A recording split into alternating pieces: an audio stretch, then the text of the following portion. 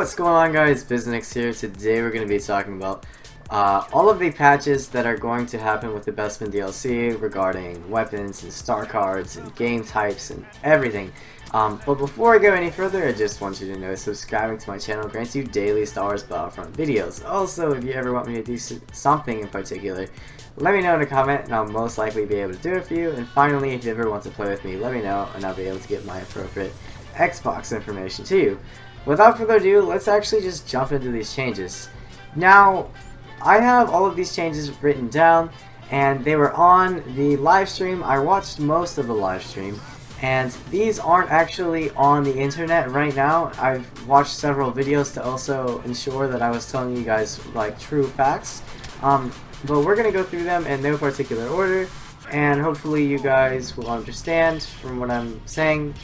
I am, however, going to be doing individual videos on each different change in the future. I just wanted to get these out to you now in case you happen to be using something and it's different, or you happen to see something and it's different. At least you'll know why. So the first thing we're going to talk about is the bowcaster.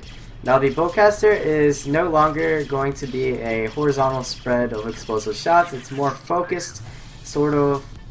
It's sort of like a shotgun, I guess you could say, where the spread is minimal and like a circle almost, and if you hit an enemy, it's basically a one-shot, which is good. And I think it's what it was supposed to be in the first place, because now the bowcaster's okay, but it's not really great. So the fact that it's more focused is going to be better for the game, I think, and more people are going to use it. Second thing is pulse cannon. Apparently, it's been nerfed twice. So the first thing is, whenever you are using it in, let's say, Supremacy or Walker Assault, and you are aiming at somebody, the enemy can actually see a slight glimmer of green that shows up on their visor, and it's warning the enemy that they're about to get sniped, which in a lot of war video games, you get this sort of light effect whenever somebody is aiming at you with a sniper. So this is sort of something to balance the weapon out, because the pulse cannon is very good right now.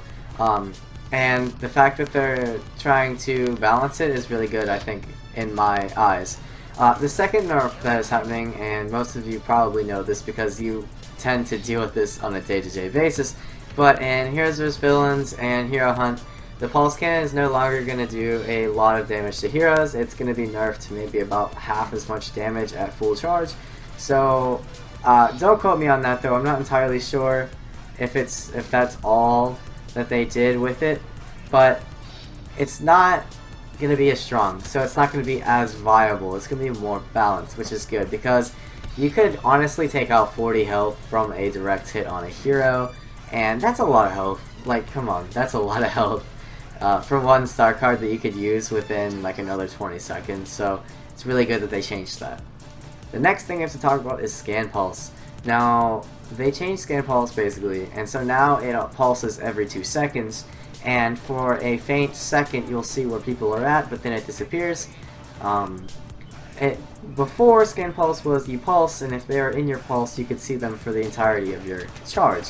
But now it's different, and every 2 seconds it pulses, so you kind of have to predict where enemies are going to be going, and quite simply it makes it more balanced with all the other cards, because let's be honest, Scan Pulse was really, really good in the beginning of the game, and still was really good now. It's basically a wall hack, and people could spam it if they had enough charges. They could use like 30 or 40 of those charges in one match, because the cooldown is like less than 7 or 8 seconds, so it's really good that they balanced it.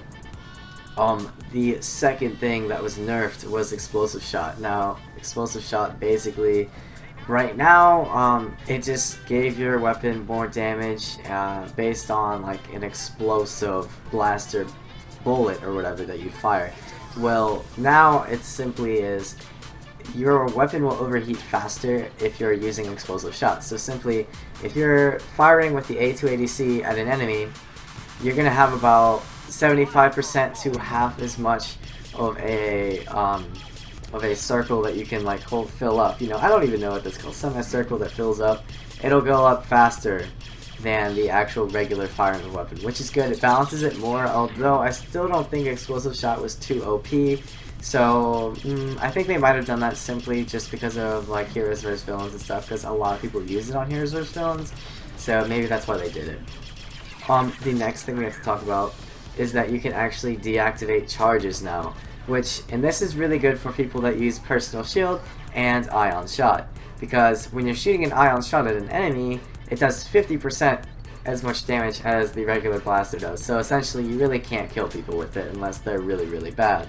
And personal shield, sometimes you pop it, like you pop your personal shield and run away, and then there's an enemy that's like chasing you, and you're already at full health, and you'd like to deactivate your shield, but you can't. It's really a bit of a struggle, so I'm really glad that they changed that. And I'll have more on what button that actually is to deactivate. I can only imagine that it's going to be Y on Xbox, only because that's what you activate it with, so it's probably going to be like the deactivate button as well. We'll see.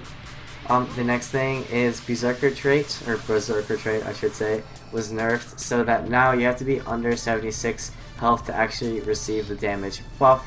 A lot of people were complaining about having 99 health and then still getting that huge damage buff when you're firing at enemies, so it's really good that they fixed that. Also, if you're at trait 3, you have to be under 76 health to activate the damage reduction, which is really good.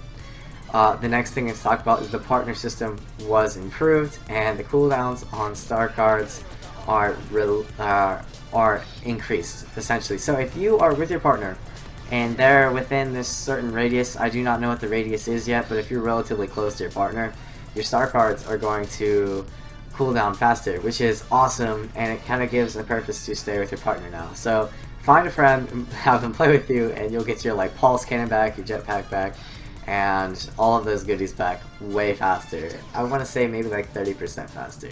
Maybe, we'll see.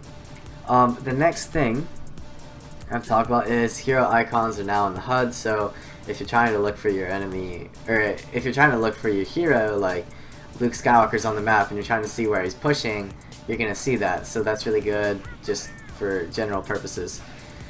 Drop zone, oh my gosh, this is probably the coolest thing that I think is in this Bespin DLC right now. The drop zone now has 3 pods and 32 players. So when you're playing, there's 3 pods on the field. There are 32 players on the field. And that's just awesome. I think that's what it was supposed to be like in the first place. That's like, what? I think drop zone now has 10 people per side. So you're gonna add 6 more on each side. That is awesome, dude. That is gonna be so fun to play. It's almost like adding another big game type into the game, so that's really cool. Droid Run is now based on collecting points up to 100, and it's no longer where you have to collect all 3 droids and hold them for like 20 seconds. It's no longer like that. It's simply you gain points for holding droids, and whoever has more wins. Sort of a lot like Domination in other video games, so I'm really glad that they did that.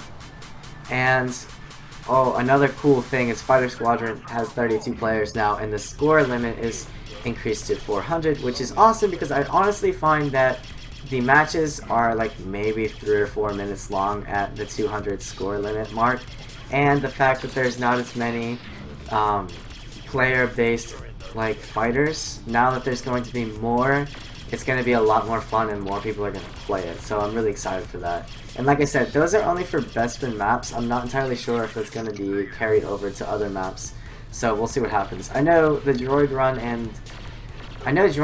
is completely changed and will be on other maps, but I'm not sure about the Drop Zone, and I'm not really sure about the Fighter Squadron, but we'll see. And then last thing we're going to talk about is that there's going to be more customizations.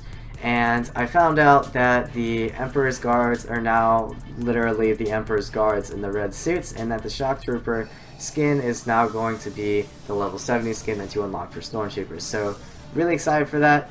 And there's the, what is it, the Rebel Wind Guard or something like that. Correct me if I'm wrong, but that's what it's called for the Rebels at level 70 as well. And there's a lot of changes that the developers are thinking about doing for customization, so definitely stick around for that. But that's really about it. Those are all the changes, and I wanted to show you guys, or at least tell you guys that right now, and give you an idea of what to expect tomorrow, because that's when the DLC is released, and I'm really excited for it. But yeah, and I'm going to be doing separate videos on each one showing off how it really compares and all that. But that's about it, guys. If you found this video helpful, definitely leave a like, because it didn't take me too long to make, because all I did was really just watch a live stream and write down, you know, what I saw. But yeah, and remember, guys, you see what I'm wearing right now, these gaming glasses? Okay, well, I am sponsored by NoScope, and I did make a video a couple of days ago about the benefits of wearing gaming glasses and how they protect your eyes. If you really think that you are safe when you're playing a video game, well, you're not. Check my video out and you'll understand why, and use my code to actually buy these glasses. It helps out my channel and it helps you guys out ultimately. These are very cheap, very affordable, and they'll last you years, so you should definitely check it out. But that's about it, guys. I hope you enjoyed, and I'll see you guys in the next one.